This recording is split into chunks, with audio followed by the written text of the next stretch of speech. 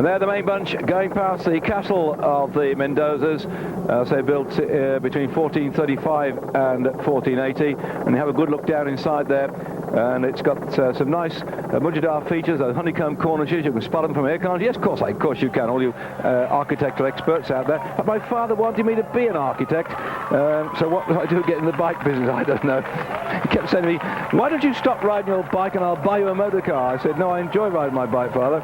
And the fact that I didn't go into architecture when he was advertising at the time, I don't think it pleased him either. But anyway, that's a long time in the past. But I love these beautiful castles and the sights as the race goes through. They call them the Tour of Spain, the Tour de France. It isn't touring, of course. They're racing flat out, these chaps. But nevertheless, we do get a chance to see some sights of the countryside that they go through that you wouldn't normally see. I mean, if you were driving your car along, you wouldn't get that lovely shot we just had out of the helicopter of the castle there. And so, probably bear with me whilst we have some of the flatter parts of the course where nothing much is happening.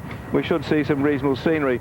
And if you saw the start of our program, certainly when we get down into Segovia, I think I called it Sevilla before, my mistake, I'm sorry about that. Segovia, I hyphenated Segovia and Avila, I think, but Avila.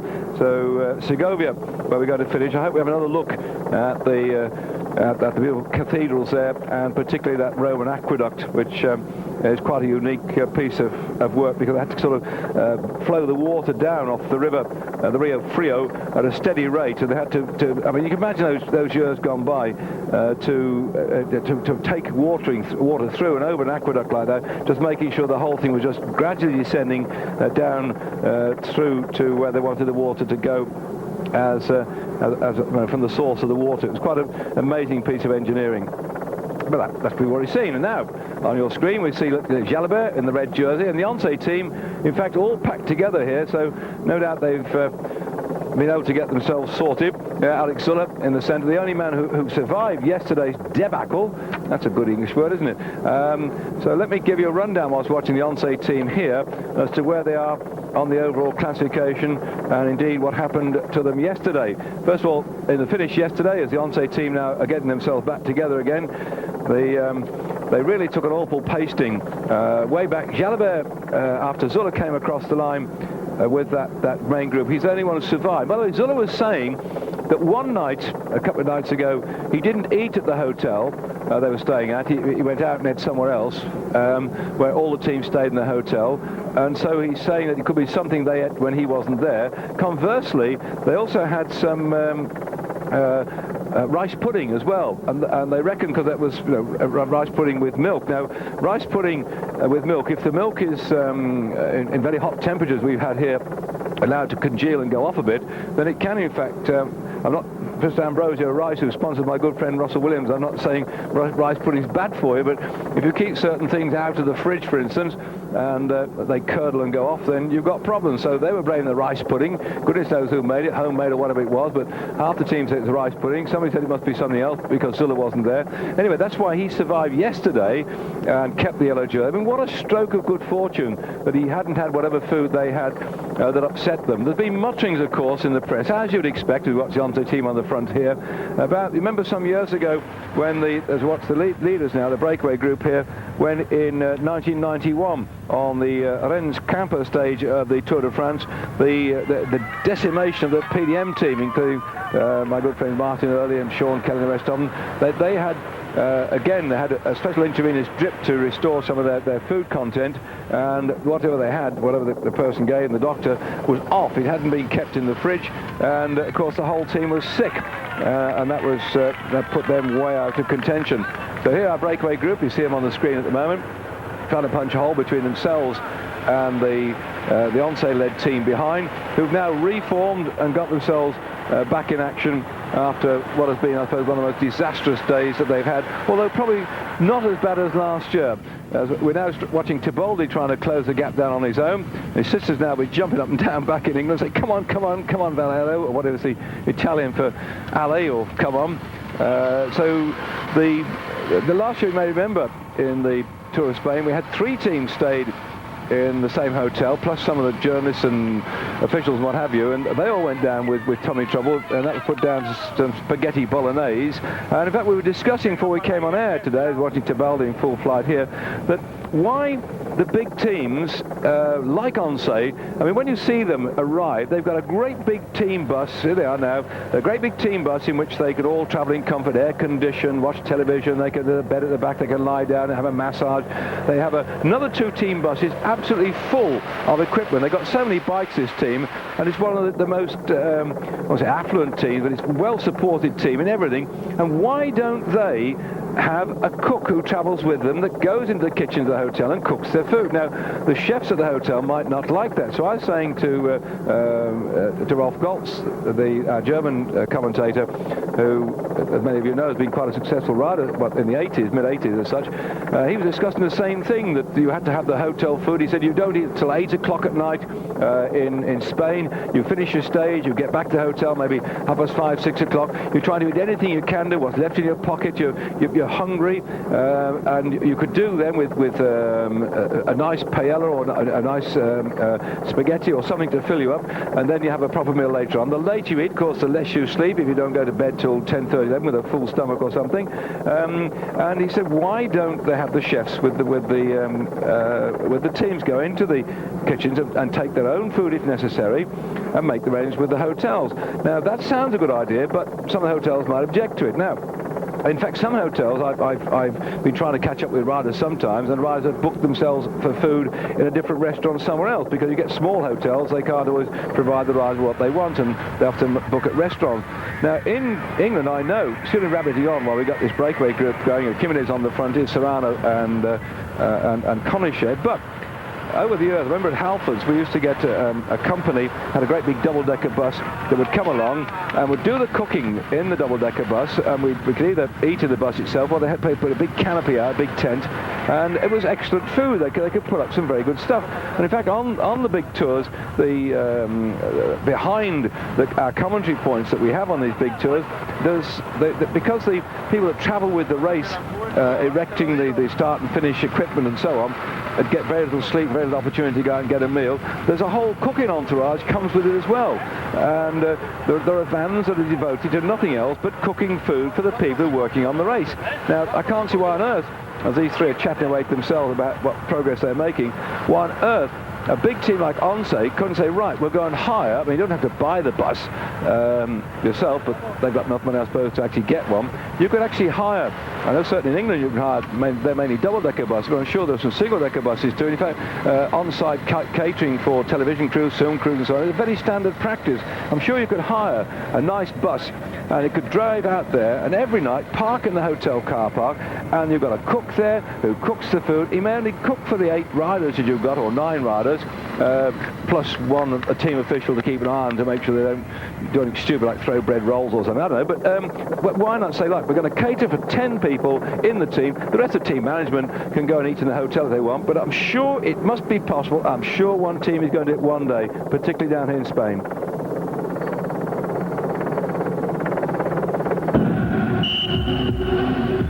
We're on the climb of the first category, Puerta de Navacerrada, and this breakaway group at the front of affairs that never got up to 2 minutes lead on the main group is beginning to break up now. Serrano going away here. Serrano, the Kelme rider, who started the whole thing with Konichet, who's just struggling to get back up there again because they're trying to pull back Jimenez, who's also split the field. So these three falling out amongst themselves now, and the group beginning to try and pull them back. It looks like Jimenez certainly has got the power in his leg to leave these two wallowing in their wakes.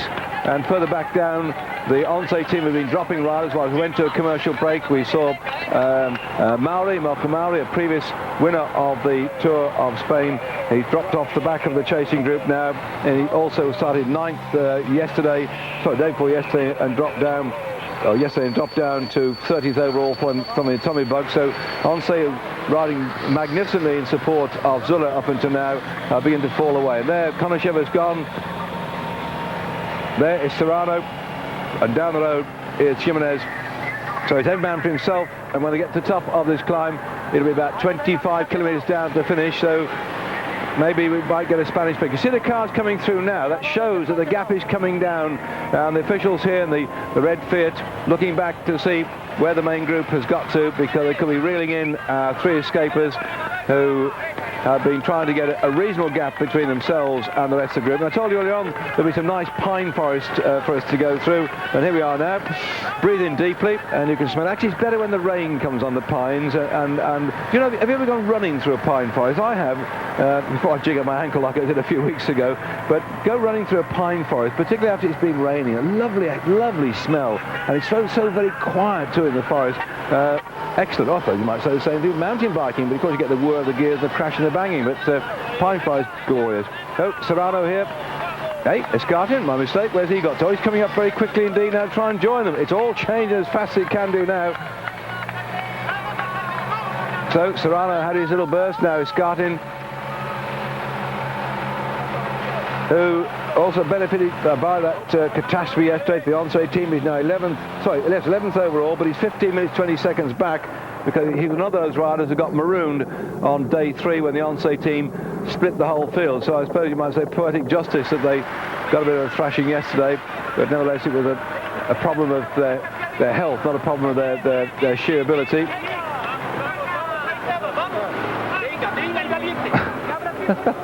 Oh, you're riding yourself out of your skull, and you've got your team manager leading out the car, being driven in comfort by a thumping great 4- or 6-cylinder engine, and he's yelling like crazy for you to get a bit more effort into your legs and go a bit faster. Oh dear. A bit like slave labour, isn't it? They don't sort of lean out with a whip and start cracking it.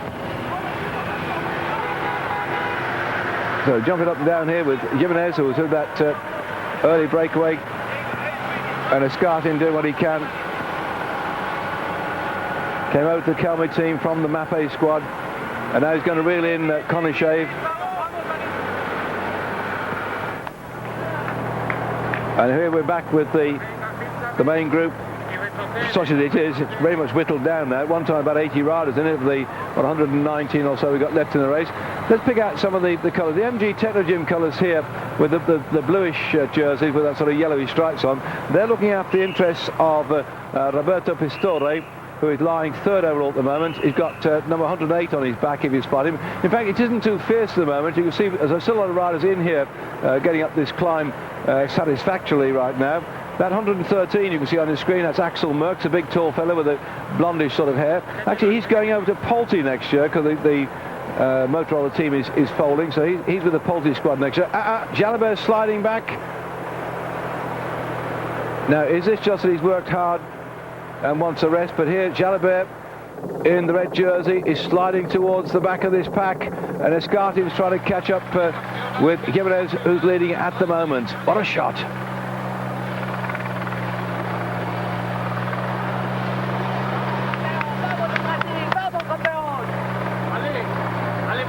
The pain and the suffering of climbing up a mountain clearly showing on the face of Escartin, who's trying to chase down Jimenez here, the Banesto rider. And Banesto looking for some success. They'd like to get a Spanish victory on stage today, and the team manager is doing everything bar bribing and corrupting and doing everything he can to his team, to his rider here. I thought he's threatening with a fate worse than death if he doesn't get the stage, but he's pedalling away quite confident at the moment, Jimenez, on this climb. And can he stay out there? Some of these little mountain climbers, they're no more than about 5'8" and about 10 stone wet through. And as Jalabert drops off the pace here a bit, well, his overall position at the moment, he's 20th on GC, having dropped for a second. I don't think he'd bother about losing a few more places if he had to do today. He's done his work to keep Zülle up near the front.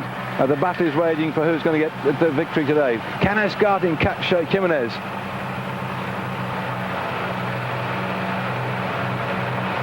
Really riding himself to a standstill, this fellow. In fact, it wouldn't be too bad if Escartin could catch Jimenez. He's got to pull in Serrano, his teammate now. Serrano was in that early breakaway. The sheer power of Escartin here. He's got to go for a stage victory today. He's got to really bury himself on this climb. Now, will the two of them work together? Serrano looks back very quickly.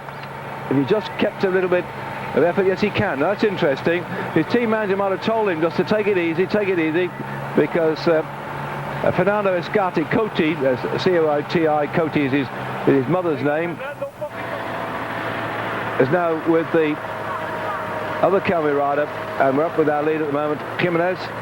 And this fella, tremendously useful climber, 25 years of age. He comes from Portugal as such. He had 12 victories as an amateur and then turned pro in 1993.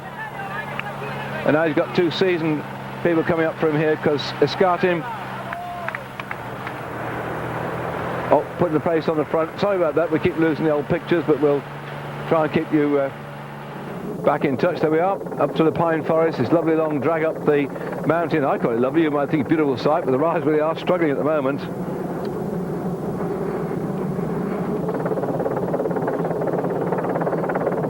And not many riders left in that group, that chasing group, which we could call the main pack. Yeah, give a quick look through there. Most of the top riders still with. There's Bobby Julich, number 11.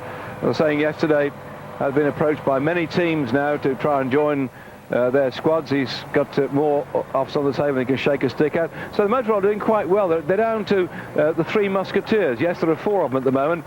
Bobby Julich, Kevin Livingston, Andrea Perron, and Axel Merckx, and they're all at least 3 of them in this little group still.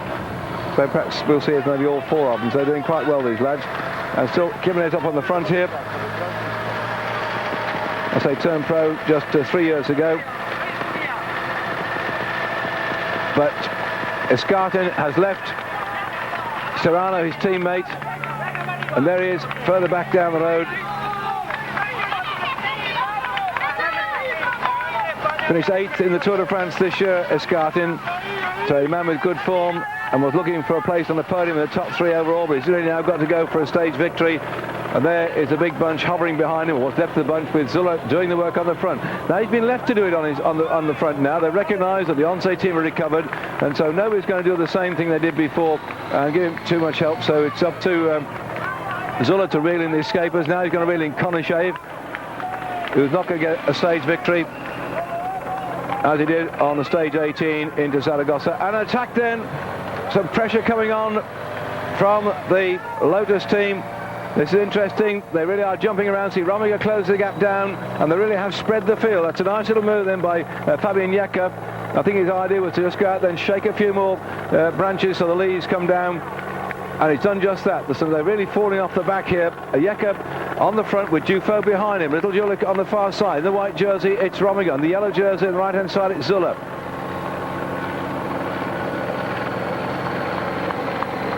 Jecker's doing a very useful ride here for Dufaux. And Escartin hammering along here, trying to get back up to Jimenez in the front.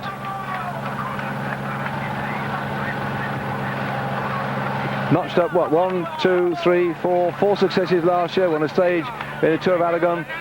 Overall, he's winner of the Tour of Aragon. He won the overall in the Tour of the Mining Valleys. He won the Zaragoza Samaniago. So Escartin chasing after Jimenez here.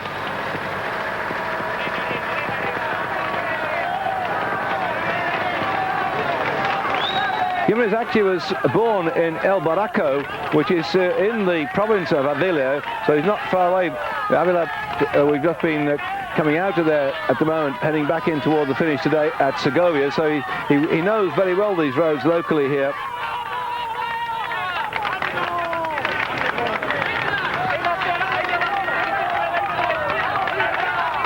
And encouragement coming again. I'm just looking to see the names on the road. Clavero, Danny, whoever he might be, but I can't see one yet for the local man here, Jimenez.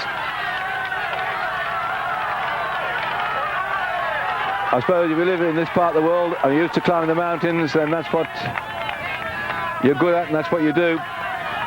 And Escartin after him. The noise of the crowd here. He only had 1 success last year when he won a stage in the Tour of Catalonia. His best year, I suppose, was 1994 when he had 1, 2, 3, 4, 5 victories. And here Escartin, a battle between the 2 Spaniards. We've not seen this in the Tour so far, but the Spaniards haven't had the best of the output of the race in terms of success. They've been there or thereabouts, they've been attacking, they've been in the breaks, but they haven't actually got the stage victories. And can these two do something about it now?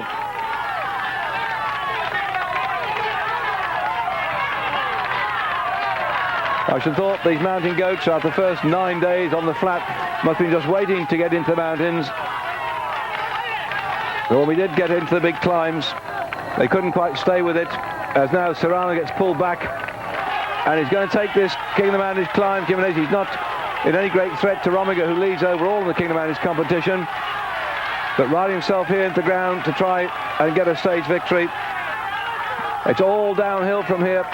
The profile, well, in fact, when I say downhill, it drops down suddenly, and then there's a nasty little flick at the back of it. The climb up to the distillery is actually the factory, I suppose you can call a factory. I don't know what you call a place you make whiskey. Well, I do in Scotland, but I don't know what you call it in Spain. Where the distilleries, there's a sharp little twisting climb up towards the finish, so in fact it could still work out to be an advantage. It only goes up maybe about 20 or 30 metres, but it's enough to make it difficult. So he's thundering down here off the top of that climb. Keep your fingers crossed to see if he can get the finish and win the stage. This is the main group getting up towards the top of the last climb of the day. On the left-hand side, I'm sure we're going to see Rominger do what he can to collect some more points at King of the Mountain. He's got so many then. This is the last climb of the Tour of Spain 1996 as such, because going on in towards the time trial stage tomorrow, that's as flat as a pancake, and the trip round from Madrid to Madrid isn't going to cause any problems either. So Tony Rominger, not being first at the top of this climb, he's won most of the climbs so far today, confidently wearing that white jersey. At least he got something to show for his race this year, even if he can't challenge for overall honours. What a chase we've got here then, with 25 kilometres to go, with Escartin thundering after Jimenez. Jimenez taking the final climb of the day, the last first category climb in the Tour of Spain this year, and there's the gap on your screen between Jimenez, Escartin and the main bunch.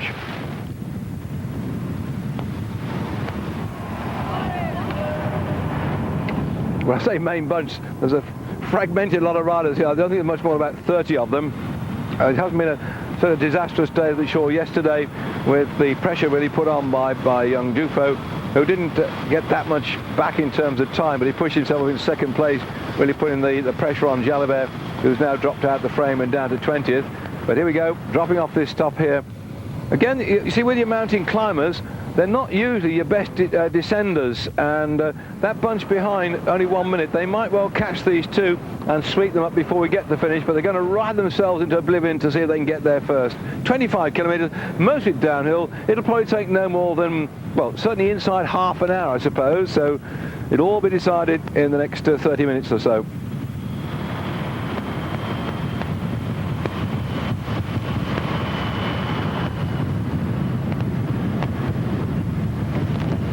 That's all very well. The next thing you have to watch out for, these sharp hairpin bends. The big sweepers aren't too bad.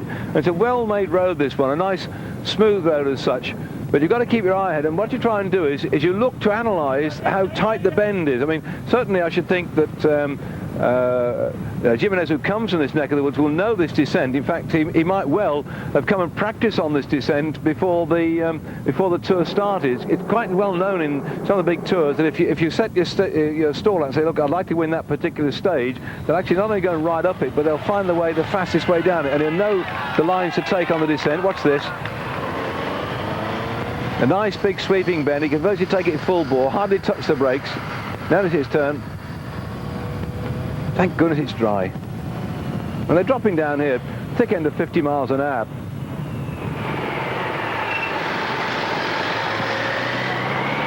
Out of the saddle, looking back, you can see back up where Escartin is coming out. What a chase we've got. Escartin looks like being the craziest descender of these two. He's chipping the corners, he's going right to the edge as he comes out. And I would think that he's probably pulling back Jimenez now. Here, live on Eurosport, what a chase.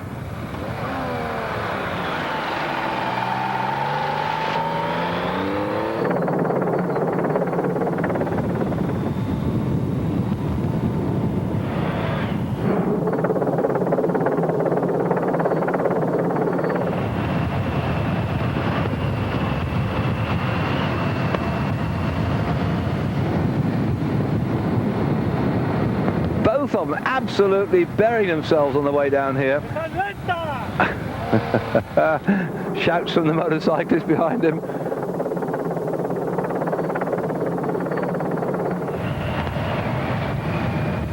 He's got it on the biggest sprocket on the front of the double chainring. He's got on the smallest sprocket at the back of his 8-speed block. And when he can't pedal anymore, you just got to streamline yourself, then touch your brakes, make sure not to ram them on. You can't afford to lock the wheel, by the way, because you can soon lose control. And these bends aren't tight enough there to want you to put...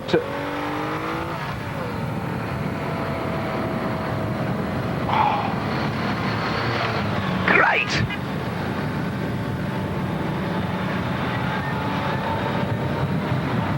I don't know if you, like me, I'm descending with them. I thought, hey, under brakes, watch this.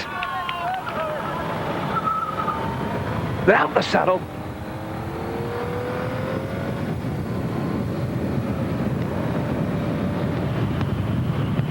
A flat-out race. We don't see a bike race often conducted at 50 miles an hour thereabouts between two blokes. Oh, it's coming down Escartin. He certainly seems to me to be the... Look at how he cuts the corners. You watch the two different styles. He's slightly heavier, I would say, than Rodriguez. The advantage of this backpack here, by the way, is that you can also get the slipstream effect when they drop in behind each other. So you can go that little bit quicker on the straight parts here. They go around the bends at the same sort of speed as the other two riders ahead of them. But sometimes coming down here, there's a slipstream effect going on, and they can come down that little bit quicker, particularly if you've got some crazy person in the first one, two or three places.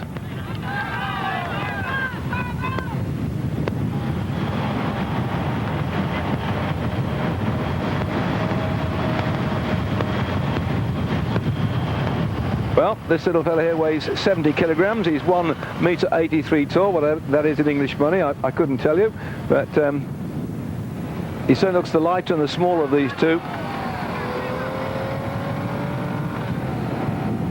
Unfortunately, yes, the roads are closed. But you can imagine, you see, because those who may not follow cycle racing very much may have heard of the name Pantani, the crash he had last October. He's on his way back, but he's in a descent, not quite like this one, but they were thundering down. He and a group of about 3 or 4 riders. They were trying to get back up to a breakaway in front, and somebody allowed a 4-wheel drive vehicle to come up the other way. And of course, these chaps are just relying on the fact the road is absolutely closed. They just have to trust in that as well. But on this occasion, this 4-wheel drive came out of the forest somewhere and just started to go straight back away. And whack, they went straight into it. And of course, poor old Pantani broke both his legs very seriously, and he's been struggling to get back on form ever since. But we wish him well. He's got a contract to race next year as well with the team that used to be the Carrera team. They changed the name now. They're another team as such, but nevertheless, he looks like he's got a contract next year.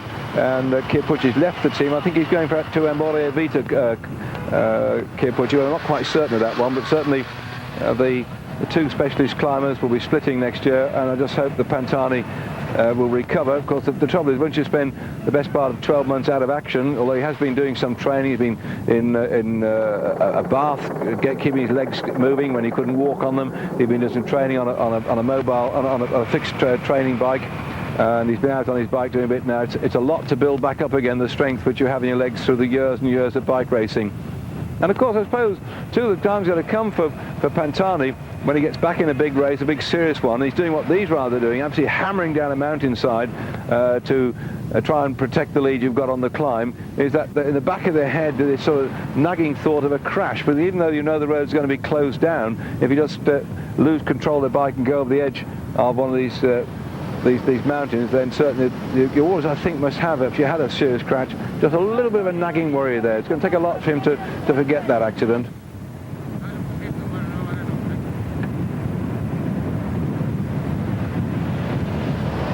Now the bunch don't look too bothered at the moment.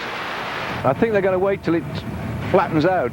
Well, it doesn't flatten out all that much, but they're probably going to wait till he gets to the bottom of the climb and then start to work together to try and pull these two back. It's our leader, Jimenez. They're coming down off the Porta de Navacerrada. They're going through next the San Ildefonso La Granja, and then when they get to La Granja, they'll just have 11 kilometers to run in towards the finish. Back with Konachev. who started all the action earlier on.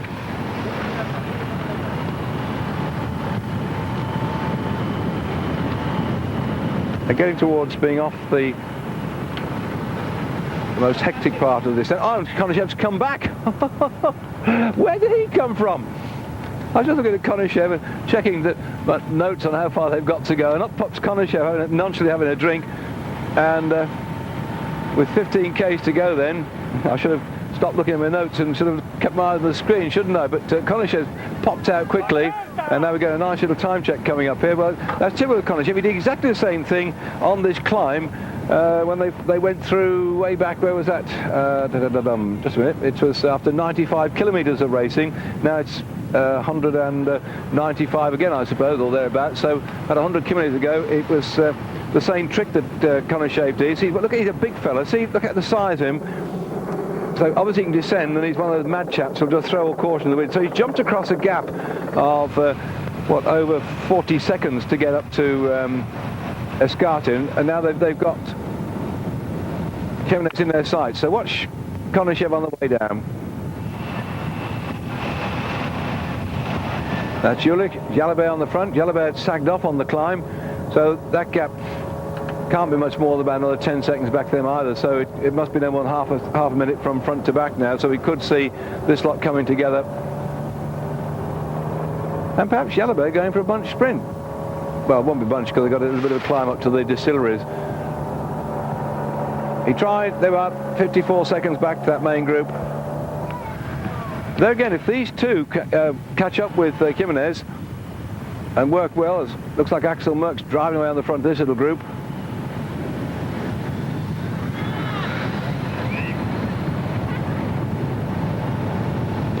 Well, the four musketeers, or sorry, three musketeers being four in number of Motorola, have now got themselves together on the front and are leading the charge here. Could be looking for a stage victory. They can put it back.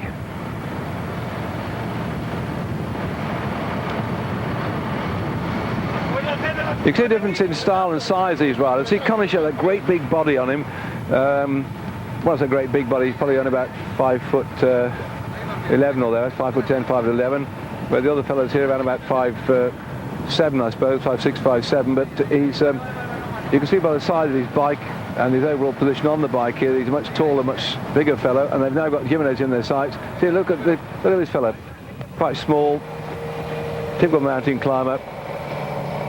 When he comes to descend, they just don't have the weight. Many years ago, forgive me if I told the story before, that the rumour went round that John Robic, who was very small indeed, that when he get to the top of the mountain climbs, they used to hand him a feeding bottle. In those days we had aluminium feeding bottles, and the actual aluminium feeding bottle would be full of lead, and they put it on the bike to give him some weight to go down. Well, that's fact or fiction, I don't know, but certainly he needed all the extra weight he could get with Robic.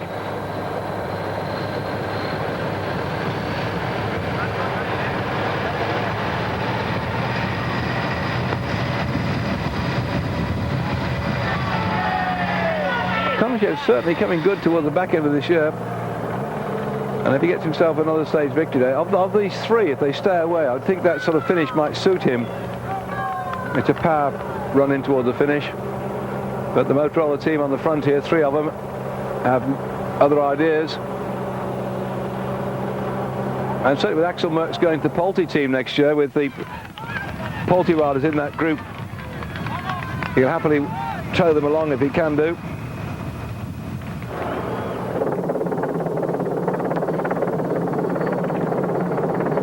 So there they are, springing after our three breakaways who might be caught any moment now. The Motorola steamroller riding hard on the frontier. Kevin Livingston is pulling off, and these are the three riders they're chasing down. They've now come back together after Jimenez went over the top of the climb in first spot. Escartin launched himself into second spot over the climb. Konishev, who got dropped from that early breakaway group, has now come back out of the main pack, shown supreme ability on the descent to come through here and join up with these two leaders. They're getting, I think, towards the Evento La Prada now, and then in towards the 10 km to go point, with the big bunch thundering on after them. Having come over the top of that Navatirada pass, the sun shining, on what is in the winter a very great ski resort as such.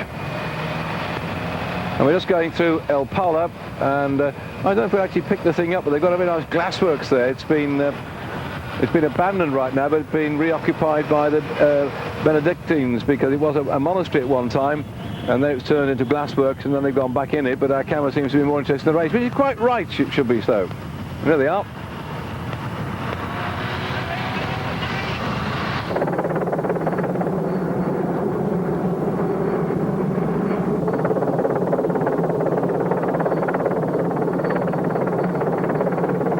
Back with Jalabert.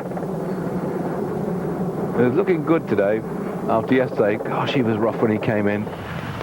We of course, we could see him, and you couldn't, because we got off air by then, but the poor lad at the finish, and I say all the on-site team was whipped away, and I wonder in some respects they're coming along now, the significance of the cartoon in the French Velo magazine this week, as we see on-site here, they're riding on yellow bikes, as you see, and this, the cartoon on the back page of Velo, I don't know if any of you chaps get it in Great Britain, but on the back page of the cartoon, you always want it in the thing anyway, and it shows a chef on the side of the road. All the crowd are looking back down the road for the riders to come through, and here we are with 10 kilometres to go for our leaders, and on the road further on this little sketch, this little cartoon, are the team soigneurs with their feeding bags ready to hand up to the riders, you see. So you've got these chaps out there with the bags like you've seen on the tours in the past, and all the crowd looking down, and there this chef is holding up a bicycle frame, just the main frame, not the forks, on a piece of string. And I don't know if any of you have been Boy Scouts, and when you go to camp, when it's meal times, they have this thumping great triangle, and they get a sticker and dang, dang, dang, dang, dang, when it's time to have meal. What he's doing is holding up this frame, and he's hitting it with a stick, so it's obviously ringing for the riders coming through like it's noshing time. And the frame is painted yellow, and I thought, is there some significance? Because the Onse team, who have yellow bikes, have just had stomach trouble from their food. So I thought, well, that cartoon, there's no laughing matter when you've got the trouble they've had. And if you see this, Mr. Jalabert, I'm sure it wasn't intended in any way to be a foreboding of the future.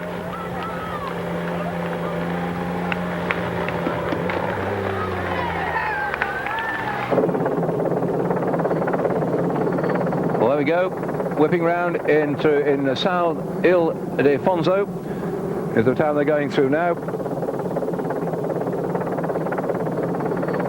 Again, I hope we might pick up. There's another place that's got a lot of glassworks, by the way. And what they used to do in the glassworks here is that they would make the mirrors in the glassworks here. So it's quite a well-known place for manufacturing mirrors. And the odd trouble was that every time they used to sort of send them off to the Spanish palaces that wanted the mirrors, that they used to break on the way, and it became a very expensive thing to do. And the transport made it difficult to make any money out of the thing at all. Here we are, 8 kilometres to go for our breakaway groups. And in fact, an Irishman, John Dowling, managed the works for many years, and then decided to change over from the glassworks to cutlery manufacturing. That's the town we've just gone through in the background. Can be known as La Granja, or as San Ildefonso, as we've now got on our list here.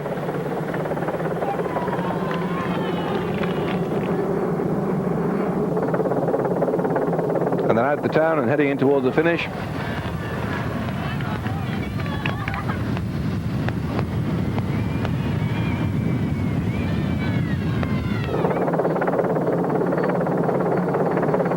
Oh, they're going to catch them.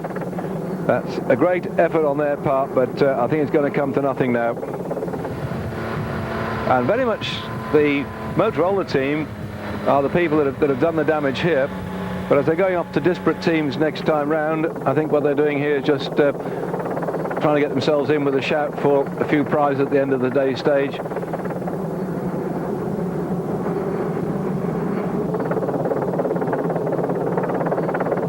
So they got caught 7 kilometres out, or just inside 7 Ks.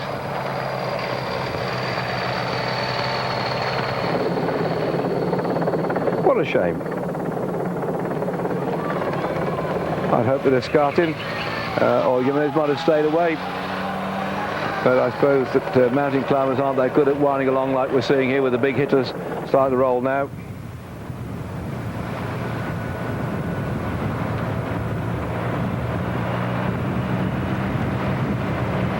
A fair-sized bunch of blokes we've got in this field today. Axel Merckx, if you're looking at the back of that little group, the motor roller rider with the blondish hair.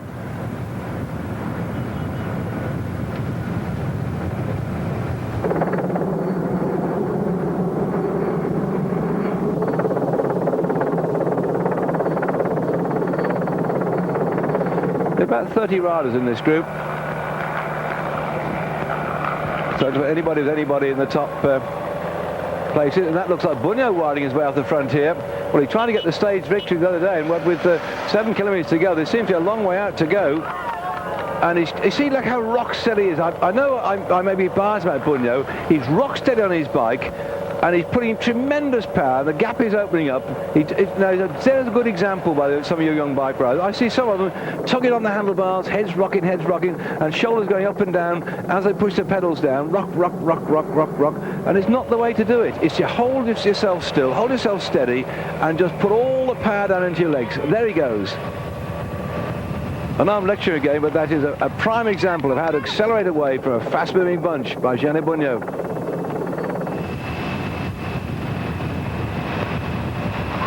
Bunyo making it look so easy, but there's a lot of power in those legs, and he's showing some form at the moment. But bear in mind that, well, in about 10 days' time we start the World Championship. In fact, Sunday, 2 weeks this coming Sunday, will be the Elite Road Championship, and Bunyo, if he keeps this sort of form, could well be in with a shout, because he's having to work very hard for anybody who's in good form, and they'd love to get a victory. In fact, he's riding on a copy bike here, and when we come to do the World Championships, I should probably bore you terribly with Coppi's success when he won on the same circuit at Lugano. So we're going to have to wait for that. That's on Sunday, 2 weeks as such. But how interesting if Bunyo could win the race there, one of Fausto Coppi's most memorable moments on a copy bicycle. And there he goes. Oh, we've got some little skywriters up in the sky.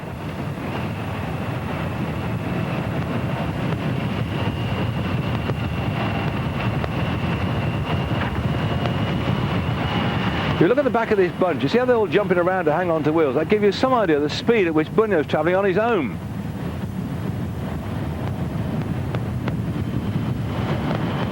And there they are, all strung out, all that lot chasing down one man. It's amazing he's gone so far out, actually, because Bjarne works it out very good. He's got a very clever racing head, but on these straight roads into here, he's got to go some to stay away from this bunch.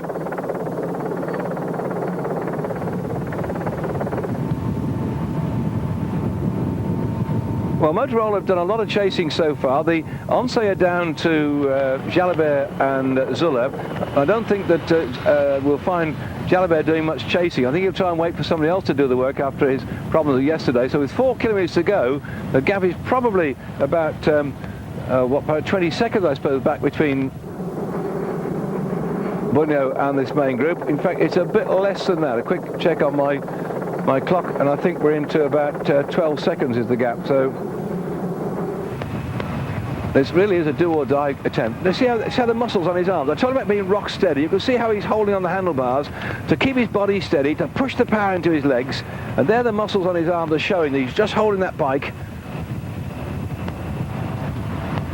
That is sheer power.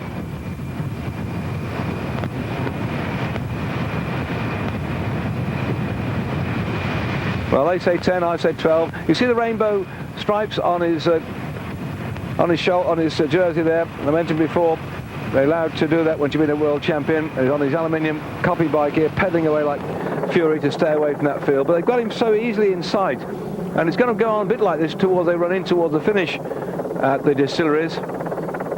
Just 3 kilometres to go. That's about just over 3 minutes, about 3.5 minutes, I suppose, at this sort of speed. He really is hammering along here, Bunyo.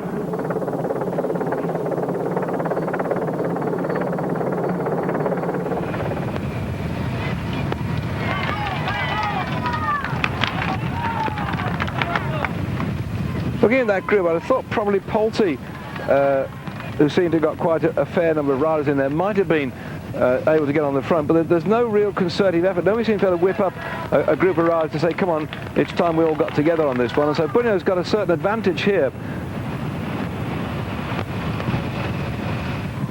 But none of the teams want to get together. The Spaniards must try and do something about it. I know that Jimenez and Escartin are probably a bit puffed from their attempt to stay away.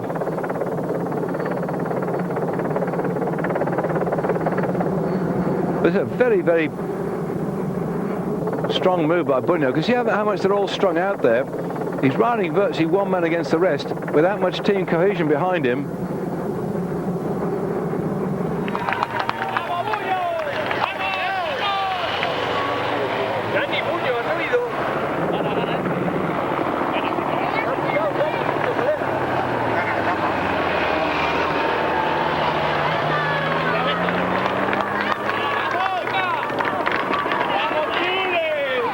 And the gap I make it round about 14 seconds. Bunyo just inching his way, or centimetre his way, towards the finish. And the main pack splitting a little bit on the descent here. One of the Motorola riders thrown caution to the wind and gone away. And here we are, 1 kilometre to go, and that's a little slight drag up towards the finish, and it twists and turns. And in fact, the twists and turns through the S-bends running up toward the finish could well suit the one man on his own. So Bunyo might be able to get this one as that rider goes on to the 1 kilometre to go at 12 seconds. The main pack then coming on the 1 kilometre to go at 16 seconds. So that's all that separates Bjarne Bunyo from the people behind him. Just a slender lead he's got, and this twists and turns up toward the finish at the distilleries at DYC. It just rises a little bit, and he's got the power. It looks like he could get the second stage victory in the Tour this year, as far as he's concerned. He'll take a left-hander coming in toward the finishing straight with just a few hundred metres to go, and this undoubtedly has been a superb performance by Bunyo to go away from this pack. He just launched himself off at a great rate of knots, and he survived it. This is probably one of the best long breaks we've had in this race so far. Coming toward the finish in those last few kilometres, and he's out the saddle now, and the gap 10 seconds back. It looks like it'll be enough to get him home and dry then for a stage victory here today. Bjarne Bunyo, who tried so hard to get a victory, what was it, a few days ago when he finished in third spot, disgusted having done the work, but now he's come good, and he's going in then to the applause of the crowd. A well-timed effort by Bunyo to get away, and it's paid off then. He was on the stage in Zaragoza when he just finished third behind Konashev and Hamburger. When he tried to get that one, he blew up just running into the finish. He'd had a long breakaway with Konashev and Hamburger and Velotti. On that occasion, he went for the finishing line, but he went too early, and he got passed by the other two. But this time he judged it absolutely to perfection. Are we looking at a new world champion, I asked myself, as Rominger leads in the group just behind him. It's enough, though, that gap to give Bunyo the stage victory. Rominger comes in as second spot, and then behind him looks like the Skriniar Blue Storm, then a Telecom rider coming in. They're all in here together. The yellow jersey of Alex Zülle, home safe and dry. That of Dufresne. Well, shouldn't be any changes on the overall classification. I'm just quickly looking down now to see who was in that group. I think we've got just about everybody who's anybody home and dry at the moment. So a success for Bunyo, and yet again the Spaniards without a success. The Italians now in the Tour. That's another victory for Italy. Absolutely tremendous the amount of victories they've been having. Yesterday, of course, it was a Swiss man, Dufresne, that won the stage, but here Bjarne Bunyo notching up yet another victory for the Italians. And they go up to Victor Ostrom to receive the flowers of victory. And perhaps we may be able to stay on air and watch it. I'm not quite sure what our time scale is, but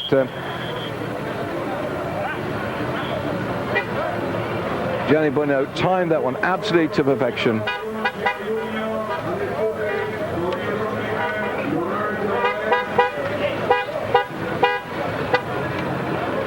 The usual noisy finish of the conditions today at the DYC Distilleries headquarters, and seen an Italian victory.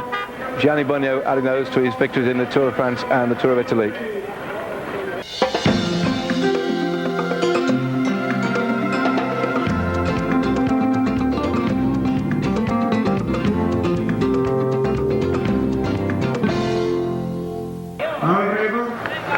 It's Stage 21 in the Tour of Spain. The race of truth, the kilometre time trial covering 44 kilometres from Segovia to DYC. DYC, the headquarters of the whisky company who've been sponsoring the sprint series in the race. We're looking at Tony Rominger here, who a few days ago said that he will be the judge of how this race is won or lost. He's shown it the last few days by superb riding when he's been controlling things, and certainly we saw him on one occasion helping Zülle when the rest of the Once team was sick. A gentleman's effort then by Tony Rominger, who's out to try and get the victory today in this time trial. The last man to go will be Alex Zülle, leading overall on general classification. At this particular point here, we're looking at 24 kilometres for the first time check. There on your screen, Laurent Jalabert, 33:13:32. A good ride for Jalabert. He's way off the overall classification now. He lies 19th on GC this morning, 26 minutes and 10 seconds down, and he lost all of that when he had that terrible day with sickness and took a tremendous thrashing when Jufo went off and thrashed everybody as well on the stage from Getafe to Avia. Back then with Tony Rominger. A superb time trialist, this man, and really on his own today. I think he best be looking for a stage victory, but we mustn't discount Alex Zülle. Both these two battling it out on the first of the time trials that we had in the Tour.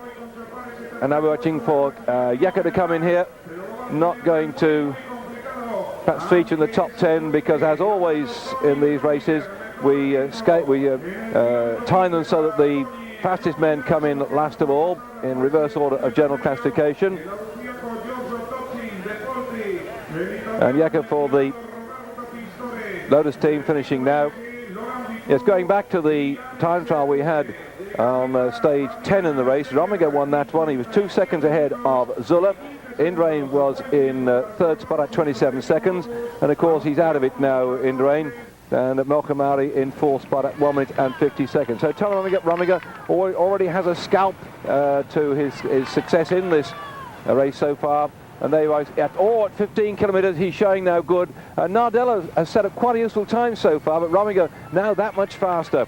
Rominger start this morning in fifth spot, 8 minutes 42 seconds down on Alex Zülle, and he lost all that time on that day 3 when the bunch split, well, 7.5 minutes of it to be precise, but since then he lost a bit more here and there, but he hadn't had the determination to chase down the few seconds here and there. He's just been sat in there, riding himself into fifth place at the moment. He was 60-something after the end of that day when the field split. We're now watching Jimenez come into sight. Jimenez this morning, 10th overall on the classification. He's 15 minutes and 23 seconds down. There's quite a nice little battle going on here, by the way, because Jimenez, Escartin and Serrano are spread by only 6 seconds. Jimenez is 10th overall, 15:23. Escartin is 11th overall, 15:23 as well. And Serrano is 12th overall at 15:29. So they've got quite a little battle between those three of them to try and change the positions round a bit. Well, picking up Jufo out on the road. Really riding along here. That was a revelation of his ride the other day, which smashed the whole thing wide open. And the Lotus team, I spoke to Stephen Hodge, very pleased. They said that they were going well. Yesterday, Stephen said he had a good day. He was on the front from 17 to 90 kilometres, driving along to keep the thing together. And he said he was alongside Neil Stevens when he was being very sick indeed, and is not surprised when he climbed off and abandoned yesterday. So we are up with Escartin. And let's see what his time's going to be here. Jalabert still the fastest. Good ride by Jalabert. He started off looking like a cycle tourist. He came out at the start at Segovia and didn't look too quick at all, but he wound up his speed and has been going quite quickly. Amazing to think how sick he was a few days ago when he dropped from 2nd to 20th overall. So starting with a little battle with Jimenez, 33:38, and back then with the Lotus Festina rider.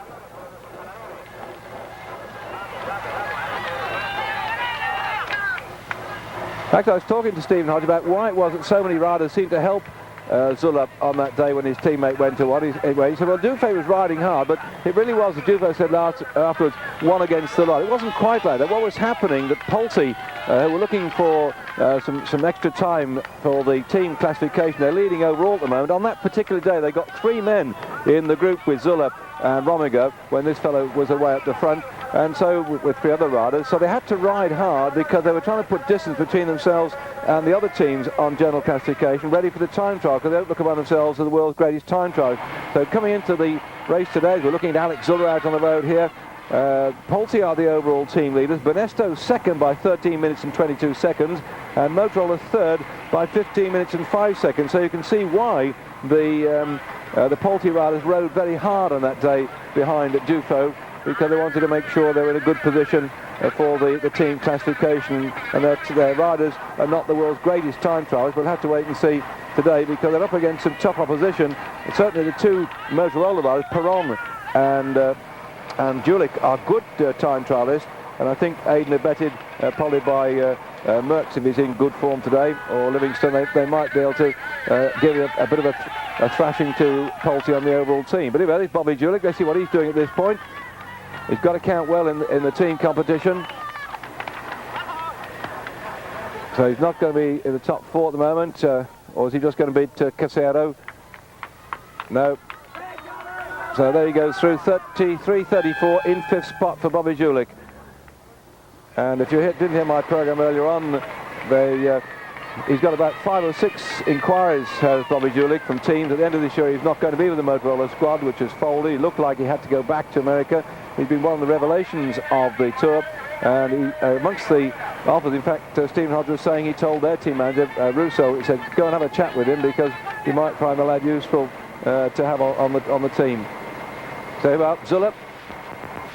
Oh, sorry about the picture breakup at the moment. Zülle riding number 1 at the moment. He's the overall race leader, wears the yellow jersey. And spare a thought for the man who's last overall, because Henri Redant trailing at the moment. 116 riders left in the race. We're going back to the finish here for the Petit Casino rider, Chanteur. Chanteur lying 16th. Hang on, that's general classification. Chanteur, let's look at this one. I'll just look at yesterday's result. Sorry about that. He's coming in here now. He's going to be outside the top 20.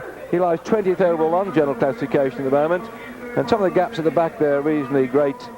He's only, 26 minutes and 12 seconds. Jalabert 26.10, and so he'll probably get pushed down as Jalabert keeps going on like this, when the gap opening up. And there he goes.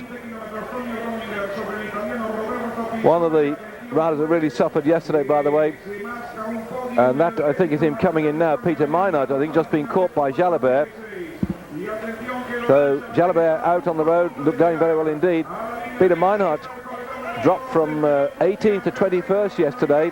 Had a real struggle, because we saw the front end of the race, but behind a lot of riders are coming in very late. And here Jalabert comes through now. What's his time? He's going to be first. Yes, 55.24. An amazing recovery then by Jalabert from the sickness which affected him. He's certainly going to keep that points jersey on his back. But the interesting thing is that as we go back here to Dufay, if you look at the points competition, because they award points as they go across the line, and the overall leader was that red jersey you saw there, being worn by Jalabert. The position is that he's got 207 points, as we see Dufay powering along here in 1st spot. Minali has got 143 points on the points competition. That's when they take the points at the rise, go across the line at the end, and those interim sprints as well. And then behind, Alex Zülle's got 119 points. Watch Rebel in here in 9th spot. I told you that the Pulte riders weren't too great when it comes to time trial. That's a useful ride, but he's got to keep it going towards the end. But 3rd, 4th and 5th at the moment, as we look at the... Oh, Zülle's got ahead of Rominger. And Jalabert right down in 5th spot at 58 seconds. Dufay is into 4th spot. Nardello, that's a good ride by Nardello in 3rd. But look at Zülle and Rominger locked in combat here, the 2 Swiss riders.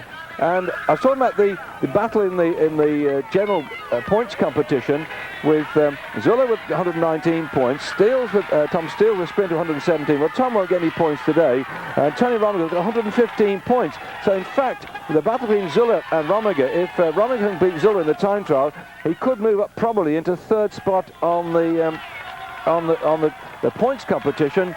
And the other thing about Rominger down the road, he could move into third overall. I'll tell you a bit about that in a moment when I just jot down Perron's time here.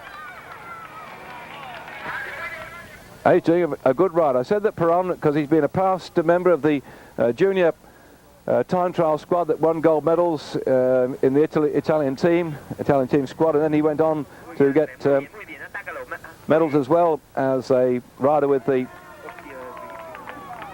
Italian senior squad. In fact, he got the silver medal in the foursome at Barcelona, having got the gold in Stuttgart the year before. And back then with Rominger out on the road. Yeah, mention about Rominger. He starts this morning 8 minutes 42 seconds down on Zülle, but Toschnig ahead of him is separated by only some 5 seconds as such, and Toschnig is not one of the world's greatest time trialists. And Pistori of Italy is 1 minute and 29 seconds ahead of Rominger on general classification. So Rominger could be riding into third spot on general classification and third spot on the points if he keeps up a good ride, which he's started to do so far. So this could be quite a historic day today, because if they do that on the overall classification, we have Zülle, Dufo and Rominger in first, second and third at the end of the day. That's going to mean that the Swiss are dominating this race in the top 3 places. They've never done it before, and we'll have to wait and see if that's how it works out. A great day here.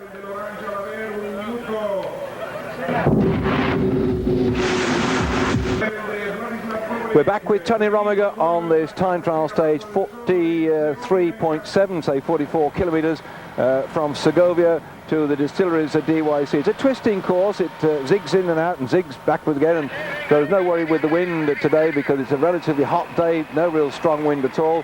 Some roads mixed like you see here, fairly narrow roads, and some of them fairly wide, particularly the run-in very similar to the one we had yesterday on the stage. Alex Zülle here on your screen at the moment in the yellow jersey, overall race leader, being challenged very much by Rominger. Just a few seconds separate them at that first time check after some 15 kilometres of racing. Just 7 seconds in fact in it. And Zülle determined, I think, to stamp his authority on the race here, which is being run off at a record average speed. And as we look down here at Rominger, I see a car in front. He's probably beginning to catch his 2-minute man. But let's just give you a position as he comes up to this time check where Jalabert is in the lead. That our average speed of this race so far is 39.889. I'm not talking about this time trial, I'm talking about the actual overall race average, 39.889 kilometres per hour.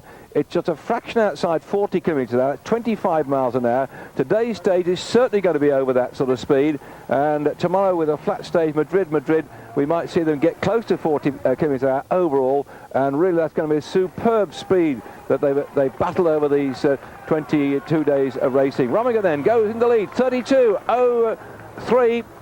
That's a tremendous lead for Tony Rominger. 32.03. Jalabert is forward, 33.13. It shows the sheer ability of this man as a time trialist.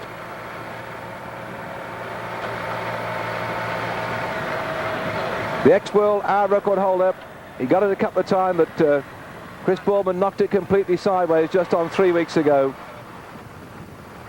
Just to give you some idea of how good his time trialing is, in 1994, when he last won the Tour of Spain, he won it 3 times on the trot. He had 21 victories that year, of which 8 of them were time trials. Of course, he's been overshadowed a little bit by the great Miguel Indurain, but nevertheless, on the day, on the right spots, and against the opposition, he can go very well indeed when it comes to riding against the watch. He's also won the Grand Prix National, that classic time trial that Chris Boardman won just on a week ago as well. So watching one of the world's superb time trialists in action. Last year, Tony won some, 17 races, of which 5 were time trials as well. He only managed 5th, though, in the Olympic time trial this year. A couple of minutes down on Indurain.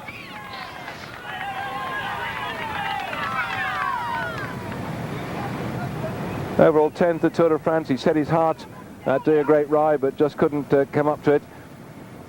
Quite an interesting character, actually. he's come good now, because in the old days he had hay fever and he could only really ride in the early season. That's why he would ride the things like the Paris-Nice and just win that one, as he had done in the past. He'd won stage, he won it overall a couple of times. But once the sun started to shine and the pollen started to flow, then Tony always had troubles with hay fever, but they've cured that from him, so he can now ride all the year round. Here we are, back end of the year, with Rominger fighting to try and get to the performance today that'll give him a victory in the time trial. Axel Merck, oh, this is a bit disappointing. Let's hope that when they put his time together with Perron and Bobby Julich, it will help the Motorola squad. He doesn't seem to be going too well at the moment. He should finish in the top 20, no, 25 overall, I suppose, at the end of it. So that could put the team award still in slight balance. So that's going to be a very close one right the way through at the end of the race in Madrid, the team award.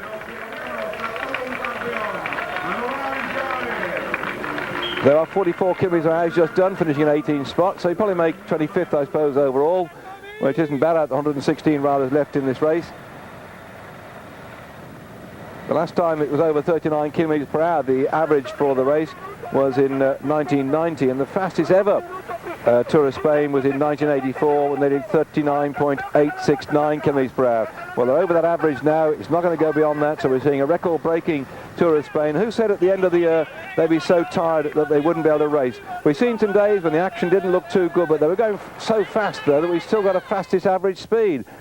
And in fact, that Oliver Dart was telling when I spoke to him yesterday that it was very hard again yesterday, and the other day when they averaged 53 kilometres in the first hour, he just said it's unbelievable the speed at which this race goes.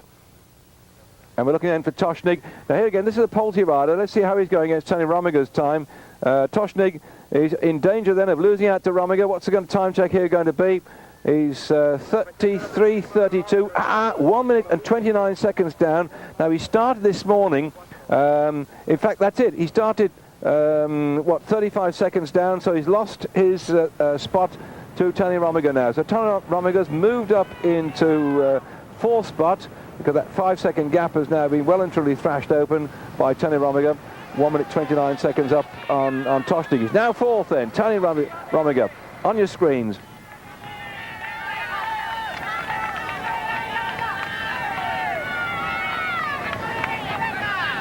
Quite interesting family, actually. His father likes to ride, and although he's in his early 60s, actually rides about 15,000 kilometres a year, and usually comes out on the Tour de France and the Vuelta de España to ride around most of the course to see his lad in action. Morillon coming in here, next to finish. Start this morning, 16th spot overall in general classification. He's about 2 minutes down on Nardello, so I don't see him shaking Nardello's time, and moving up into the vacant spot above. So the Mappe rider looking back to see the results of his efforts. Some of the riders further down the list who are well in arrears won't really use today as something to ride themselves into the ground for, but when you get further up into the top 20 places, if you can switch 2 or 3 places, the income change, because they grade the money down in the prize list. You're getting into some good money when you're up in the top 20, and if you can pinch a couple of places back, you earn a bit more there as well. And of course, respective of the team managers, if they're looking to employ you if you're out of a job at the end of the season. Now, Clivero coming in, he had a pretty poor day yesterday. He was 10th, he dropped to 14th yesterday, Clivero, and so he's now 10th, the MX Honda Eurosport rider. Pistori, now this is the man who's got to watch it, because Rominger this morning, 1 minute 29 seconds down on him, and there he goes, 1:27. So in fact, at the moment, Rominger is only 2 seconds adrift from Pistori on the third spot, as Nardello comes in at 55.44, moving into second spot. That's a good ride as well from Nardello. The Mappe team, in fact, they might well get themselves the stage victory today if the Rominger goes on the way he's going. We've just seen some pretty useful rides coming in from this team.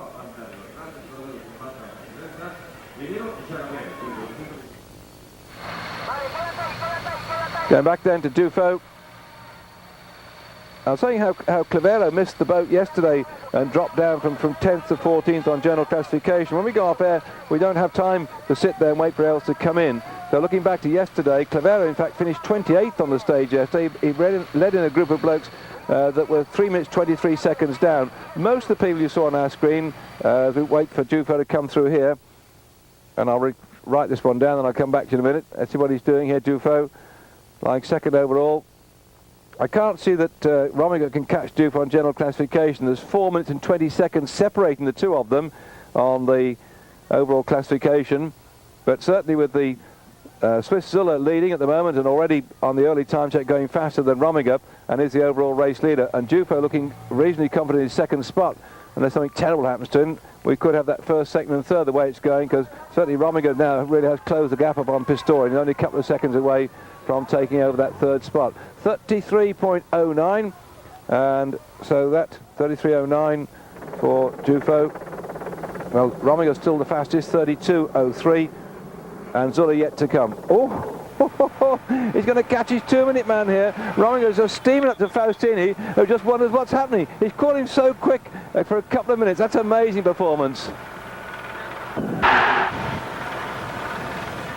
Coming up then toward the time check after 24 kilometres of racing, Tony Rominger, the fastest so far, 32.037. And we're now seeing if Zülle can take over that lead. It looks as they've just been down the road. He got a useful 7-second lead at the first time check, and in fact he's gone 31.54, so he's up on Rominger yet again. A tremendous performance here there by Zülle, but in fact by both Rominger and Zülle, because they're streets ahead of the rest of the race. And what good fortune it was then that Zülle didn't have the problems with the food that beset the rest of his team. While he's settling down here, I mentioned some of the riders that dropped back yesterday. Clavero in 28th spot in that bunch, which came in 3 minutes 23 seconds down. If we look then at confirmation of that position at 24.5 kilometres, Rominger at 9 seconds, Dufo 1:15. Jalabert, that's a great ride for Jalabert in 4th spot considering his illness so far, and you can see the rest of them on your screen there at the moment. So the Polti riders, I said earlier on, weren't too happy about their time trial performance. That's why they battered on that day with all the sickness to get some time back, and it certainly paid off as far as they're concerned. But going further down the list of finishes yesterday, we had a group of riders coming from 58th down, led in by Jürgen Wenner. They were 25 minutes and 38 seconds down. Just give you some idea of the gaps that opened up yesterday when the battle raged over the two big mountains. We concentrated on the front end, but spare thought for the riders who were coming in 25 minutes and 38 seconds down to 115th. Okay, Zülle's round that one safe and sound. The last man to finish yesterday, Galdiano of the Escadi team, he finished 116th, 26 minutes and 8 seconds down, and the last shall be first, the first shall be last, because you saw our coverage of the first day of the Tour of Spain. Remember that he had a long lone breakaway and only got swallowed up as we came into the final few laps at the end of the first day's racing. Giannetti for Polti coming in, 16th. That's going to be a team counter, I think, towards their hope to try and retain the team lead on the overall classification. Anyway, Galdiano yesterday in 116th spot. We had 3 retirements from the race. Remember, we started with 180 riders, so give you some idea that how many we've lost so far. What's that, 74 have gone so far? No, 64 have abandoned the race so far. Back with Rominger. If he's been away on holiday for a couple of weeks and haven't caught up with it all, then the reason he's wearing his white jersey is he's also king of the mountain. So if he can make it into the 3rd spot today on general classification and 3rd on the points classification and takes the king of the mountain jersey back, it just makes you think what would have happened if his team hadn't had that misfortune on the 3rd day to miss the break when Janse really hammered everybody into the ground. And this is the man whose team did the damage.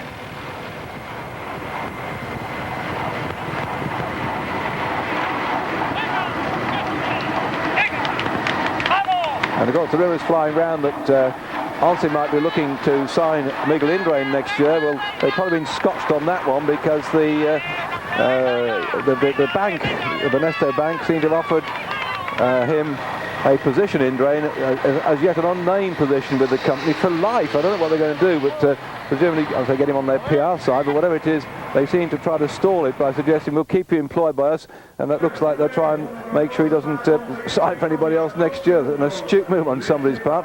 Serrano coming in here.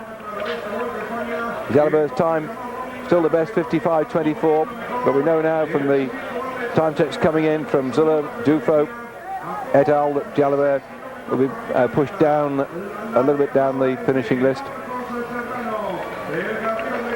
Solano better as a mountain climber. We've seen him up there, 2 minutes down now, and in fact, looking, see, he rides for a Spanish team, Kelme here, with his little footprint on the front, because they make shoes, the people, Kelme, that sponsor him. I'm just wondering when we're going to get a Spanish victory, because I can't see there's not going to be a Spanish rider to get the time trial today.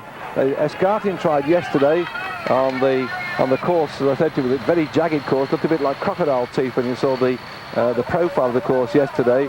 Well, Escartin used the last big climb to try and get away. Serrano done the same thing, but it didn't work as far as they're concerned. So they're going to have to rely upon their little sprinter Ado in Madrid tomorrow to see if they can get one. There we are, that's your 32 points. Oh, that's just 121 back to Jalabert, 131 to Nardello, and there's no doubt about that. He's absolutely hammering along here, Rominger, opening up an enormous gap on this very rolling sporting course.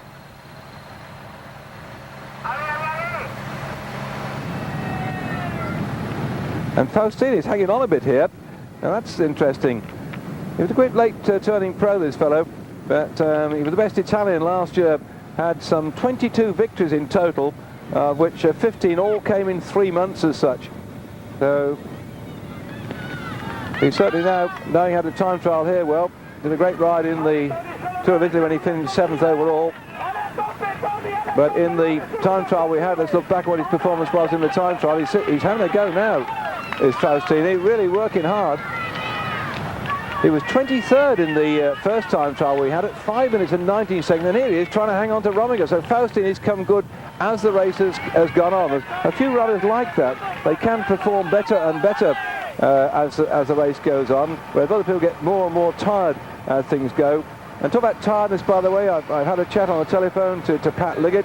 She and Phil Liggett made it to John O'Groats from Land's End, coming 950 miles in 10 days. She said they feel really brilliant. Had a bad couple of days when they had to change the route. It was very tricky. They're watching Rominger go along this somewhat smooth route here, so Phil and Pat found that they'd chosen the CTC route was a bit sort of scenic, and they had to go on some of the main roads, but they managed it. Headwind most of the way, only one day was wet, and they raised something like about £2,000, and it's going up all the time for the Dave Rayner Fund. I'll talk about that tomorrow, because we're not going to have much time today with riders coming left, right and centre. But well done to our Channel 4 commentator and journalist friend, Phil Liggett, now going to be the president of the Cyclist Touring Club. Jimenez coming in. Well, Benesto, again, will be looking for a team success today. See if they can get up there and sniffle that, get that team award back off Polti. Just 13 minutes and 22 seconds separating them. And Jimenez, this is quite a tidy ride, although he's well down the list with the help on the team classification. Shows the difference. We've been over the mountains in these recent days, and these are people who are watching now, Jimenez, that have been entertaining us. And if we look back at the early list of the first time trial results we had, it was mainly the sprinter roadmen that were at the back end of the field, because they had dominated the race in the first 9 days. And here's the Escartin, the climber. Yes, they tried to get the stage victory, coming in 10th spot. A good time trial ride for him after yesterday's effort, when he really time trialed off the front and down the big mountain, try and get the stage victory. So really we're seeing that the mountain goats now, that this particular time trial on the 21st day of the race, compared with on the 10th day of the race, the people who are starting at the back end were all the big men and the sprinters who managed to get themselves in the good positions on the flatter courses. Back here with Dufo, and what did Dufo do on the first of the... he finished 12th actually, 4 minutes and 2 seconds down did Dufo on that first time trial we had. So that wouldn't be, I'd say, a particularly good performance. But again, he's shown that sort of tenacity to hold on as the race goes on and to fight his way back. Bobby Julich coming in. Well, here's a man that has certainly got a lot of people looking after his signature, and that just shows you on the screen he can time trial as well.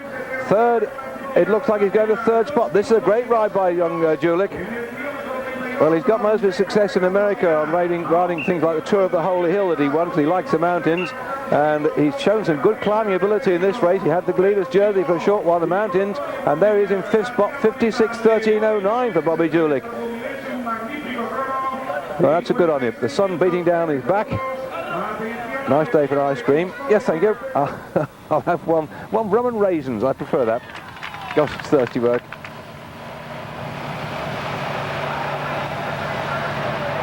Bufo, again, it quite often happens like this, by the way. They're doing a time trial. You get somebody who normally rides a reasonable time trial. When he's battling to maintain a position in the top part of a stage race, they ride that much better, that much faster. And they're realising many riders now, having seen the way that Indurain has used the time trials as a stepping stone to his winning performances in the stage races, but they've actually got to go out there and practice it and really learn the art of time trialling. I mean, there was a time when everybody had the same sort of bikes as they rode in the road race, just jumped on it and down the road they went and did all they could. But all the scientific way now in which you must get a low-profile bike, a disc on the back, and get yourself into a triathlon-type position here and flatten your back, and it's an unusual and different way to riding when you're riding on the road sections with the other bike than it is for a time trial bike. And I saw some pictures the other day of how they're trying to get Jalabert, Nardella. This is before we've got the big men coming in yet out on the road. So that was Bobby Julich in 5th spot. Good rise to the Stars and Stripes waving up there. But let's remember the Swiss are out there, the marauding Swiss people. Oh my goodness, I just thought about it. Oh dear. If we get there's Zülle with 10 kilometres to go.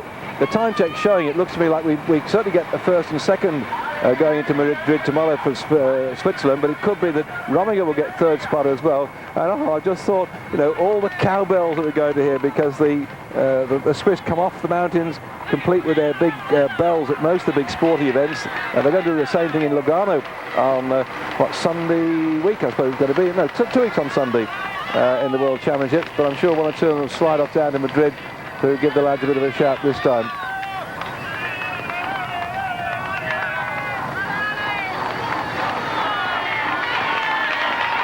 Now, certainly the Spaniards have got something to shout about, because ONCE is a Spanish team. It's an institution for the blind, and they are sponsored by the proceeds very much from the lottery that is the national lottery in Spain. And you see on the yellows on the right-hand side, so those people dressed in yellow there, the ONCE people in certain areas, certain towns where they've got these institutions for the blind, they often dress them up in yellow and they come out and listen to the crowd go by. Of course, they're partially sighted and they have been told what's going on, but it's tremendous how, in fact, not only do they get them out on the side of the road from time to time, it's very close to them, but the riders are known to go to these various institutions and to meet up with some of the people there. So it's not just bike racing, it's also putting something back into society as well. So Rebellin coming in, the Polsey boys fighting here for their position on the team classification. So he's home and dry, 57.23, 15th spot. They're looking quite comfy at the moment, the Polsey team. Well, Motorola have been going very quickly indeed. And let's see what this fellow's going to do, because Bobby Julich was lying 5th at the moment with that time, 56.13. Perron looks quite a useful time as well. It just depends now what will be their 3rd place rider, because look, there we are, Jalabert 55.24, the leader at the moment. Andre Perron coming in, his teammates just done a 56.13. And that's going to be 56 as well. That's a platform for a team chance today. As far as Motorola is concerned, it's going to be very close then by the time we get into Madrid tomorrow on the team classification.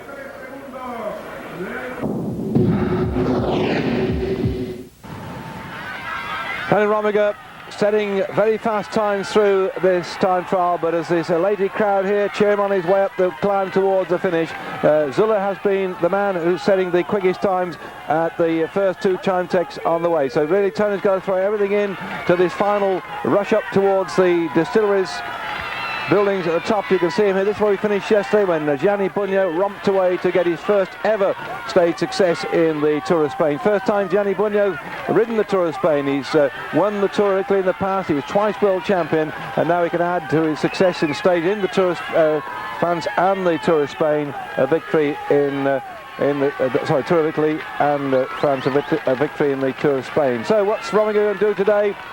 He will be hammering along here, trying to get this stage victory in the time trial. That's his speciality.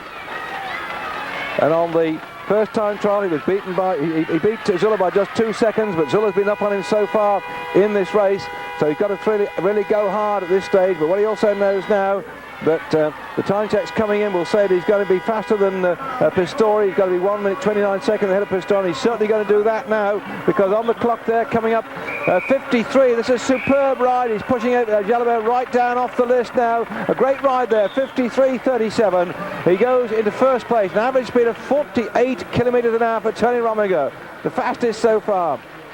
And a quick bit of arithmetic here then for Rominger, 53.37. Well, Pistori's got to come in a minute and a half from now, 54 something, and in fact he's not up there on that at that list at the moment, Pistori, so it could be the riders are going to be first and second. But there's Zülle 6 seconds down at 32.2. He's dropping back a little bit. The gap was 7 seconds at the first time check. The second time check, it was 9 seconds, so he's just drifting back a bit. So close are these two riders. And I think that Zülle might have Dufo in sight. There's certainly somebody down the road he's going for 2 minutes. They come back then to Pistori, who, Faustini had the opportunity of really taking the pace, but following Rominger for a short while. And I think this is Dufo. It is Dufo, and look who's coming at him now. We're just, 5 kilometres to go? In fact, 6, my mistake's on the ground. There's 6 kilometres to go. And it looks like Zülle's now caught his man for 2 minutes. That's a brilliant ride in just this short distance here, 44 kilometres of racing.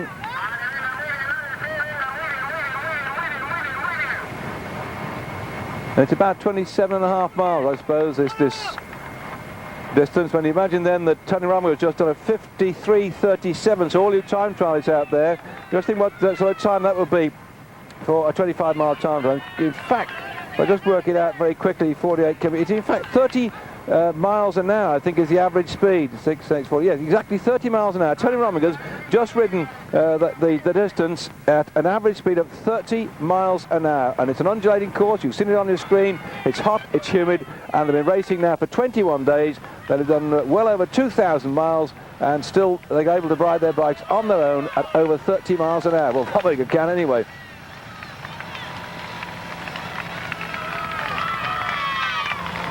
Dufo, 5 to go, hounded down by Zülle. Oh, he's quite close. In that 1 kilometre, he's got right close to Dufo. And stretching out on that run in towards the finish at the Distillery's Place. It's a shame we didn't see the start, by the way, because they started right up underneath the old aqueduct. And I hope the cameras would have switched around to a very nice restaurant called the Candido. It's one of the most famous restaurants in the whole of Spain. And if you ever go to Segovia, it's right alongside the big Roman aqueduct. And it's a lovely old place with wooden ceilings and a nice big fireplace and so on. So it's very well known for its cooking too. So take a large checkbook or a big credit card with you. But that's a nice place to nip into. I'm sorry we didn't see it at the start on the screen for you.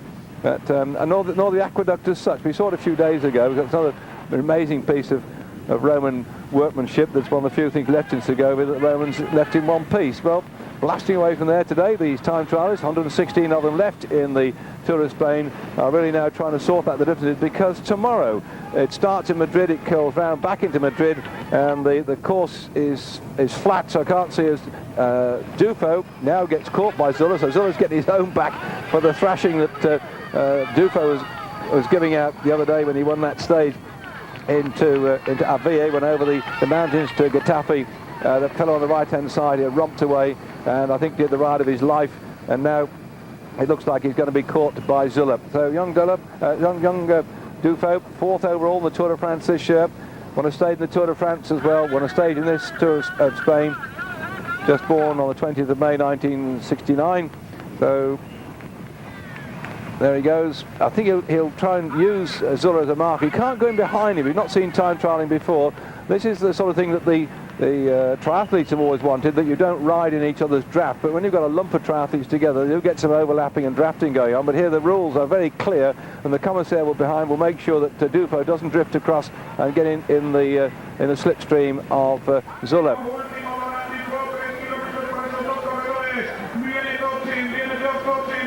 George Toshnik coming in now. Let's see what he's doing. He's going to be 9th, 10th spot. Well, In fact, of course, he's lost his 4th place overall now to Tony Rominger, and I don't think Faustini is likely to have gone past him. So there's quite a bit of a closing up here on 1 or 2 other places on general classification. But in fact, yes, I think looking at Faustini's time, doing a quick sum now, when Toshnik comes along, he's got to go somewhere. I think, in fact, Faustini might go across him at this rate of knots. It's going to be very close indeed. He'll have to go some to the end.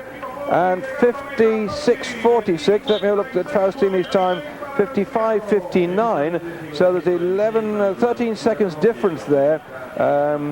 And they start this morning, I think it's more than 30 seconds, it's 55.59, so that's 47 seconds difference, that's right, and they started 35 seconds apart. So in fact, Faustini's now gone over Toshnik, so started 4th this morning. Toshnik has been pushed further down. He's already been pushed down by Rominger, so Toshnik has dropped from 4th now down to, must be 6th on general classification. As these two are together, getting close in towards the finish, and that the last 2 on the road now. In fact, no, where's Pistori? I haven't seen him. Gosh.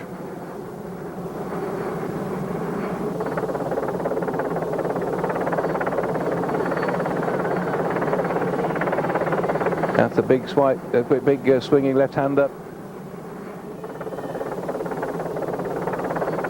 And there we are. You can see this gradual climb up towards the finish.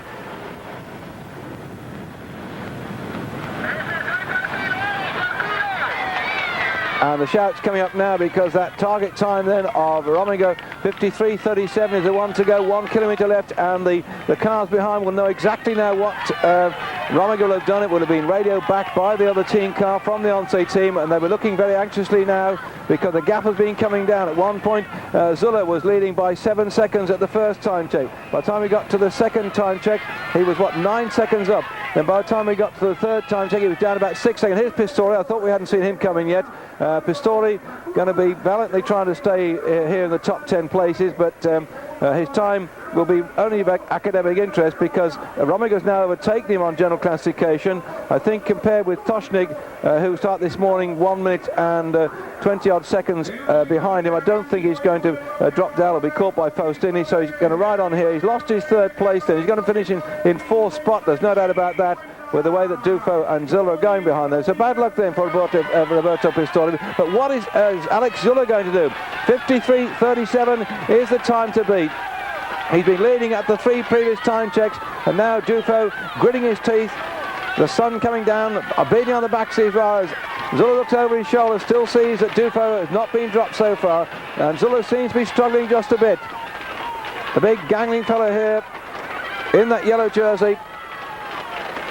And he comes up here, he's had that yellow jersey on his back ever since the time trial on stage 10, when he just finished in 2nd spot, a couple of seconds behind Rominger. Can he get his own back today? 53.37, the time to beat. 34, 35, 36, 37. No, it's not going to be. Zülle's not going to win the time trial. He must have faded in that final 12 kilometres.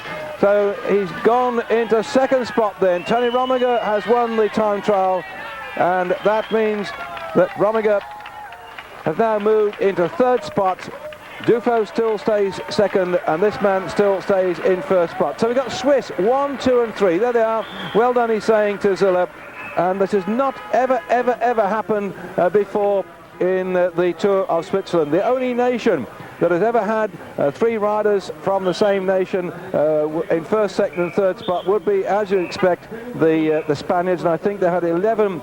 I've looked at my notes, I checked it last night because we thought this might happen today, the way in which Rominger's been going, as Zülle goes away looking very puffed indeed.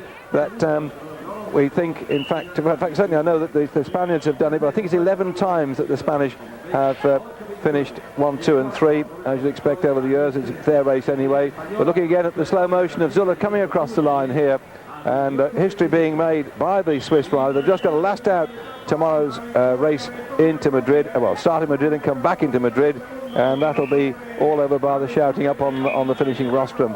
So again, I expect all the Onse supporters will be there, and the Swiss with their cowbells, shoo, get away, they're making all that noise. Yes, 11 times the Spanish have been 1st, 2nd and 3rd, and the last time they did it was in 1991 when Mauri was 1st, Indurain 2nd, and Lejarreta was 3rd, and the time before that they did it was 1976 when they had 3 men 1st, 2nd and 3rd, including O'Connor in 2nd spot. So we've now got some dominance from the Swiss, because there, Rominger having won this time trial. Zülle dropped back by 13 seconds after leading on the two time checks before that. Nice ride by Perron and Julich back there, 9th and 10th.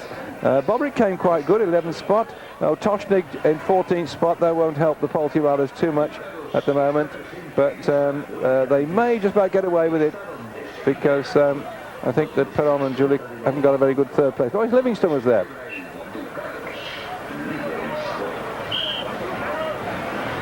So the DYC distilleries, we've had many events finishing here in the past, both the mountain stage and the time trial stage. There we are, that's it, confirmation. I was working out my sums here. Tony Rominger certainly in 3rd spot. Now look at that, 1, 2 and 3. There's your Swiss flag. Pistori and Faustini are 4th and 5th overall, and the poor man who dropped out of it, the frame today, George Toshnig, but he'll come back. He's a young rider. We're looking further down the list. Bobby Julich in 9th spot, so he's still in the top 10. Scott in 10th spot, and looking down there, Polti have got Giannetti back in 13th spot, so they're still in there with a shout at the moment. But what a race we've had so far. Now, Jalabert must be probably around about 20-something, maybe 21, 22 if they show it up on your screens. But he's sold it on. He'll take the red jersey into Milan tomorrow, as we look forward to your company tomorrow on that stage. So for me, David Duffield, hasta mañana.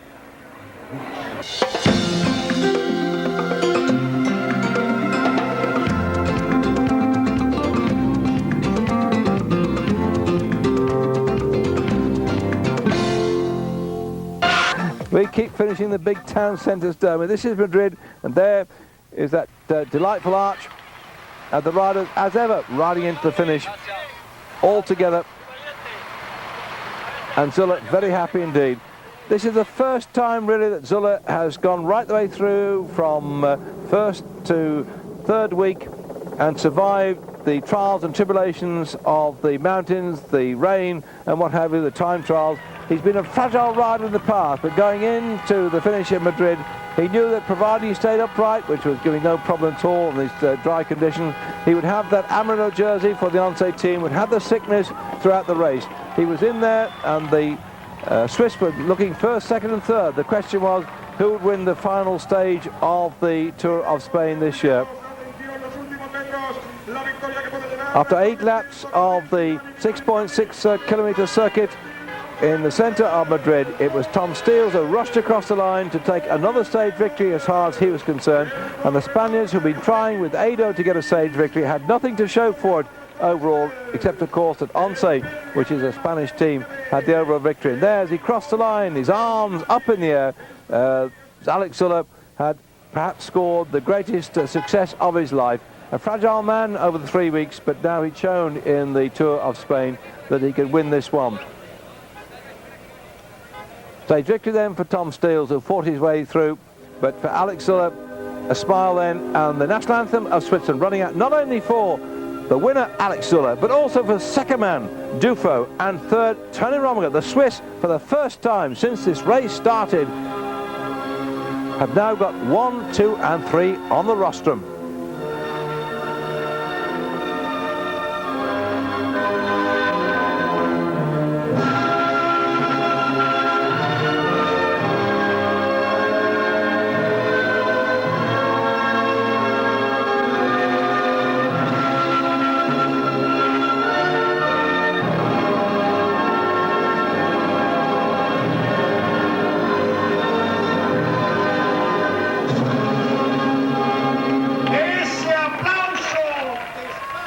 So there we are, 1, 2 and 3 of the Swiss riders. They belong to different teams. Zülle from the Once squad, Dufo from Lotus Festina, and Rominger from the Mapei GB team. Rominger 3 times winner of this race, and what a change it might have been had not the sickness hit this man Zülle, who's won overall this year. Jalabert, who'd done so well last year's victor, dropped back into 19th place overall. But for the Swiss, this is on a unique occasion, 1, 2 and 3 in the Tour of Spain. The Spanish have won the race 11 times in the past when they had 1, 2 and 3, but this is the first time we've had 3 of the Swiss riders up on the rostrum. But perhaps then, as far as the Spanish are concerned, they've got the Once team winning overall, and Lotus, of course, a Spanish watch manufacturer, in second spot. But they didn't get a stage victory. The Italians got more stage victory than anybody else. But for Switzerland, what a great tour of Spain. So for me, David Duffield, it's time to say hasta la Vega.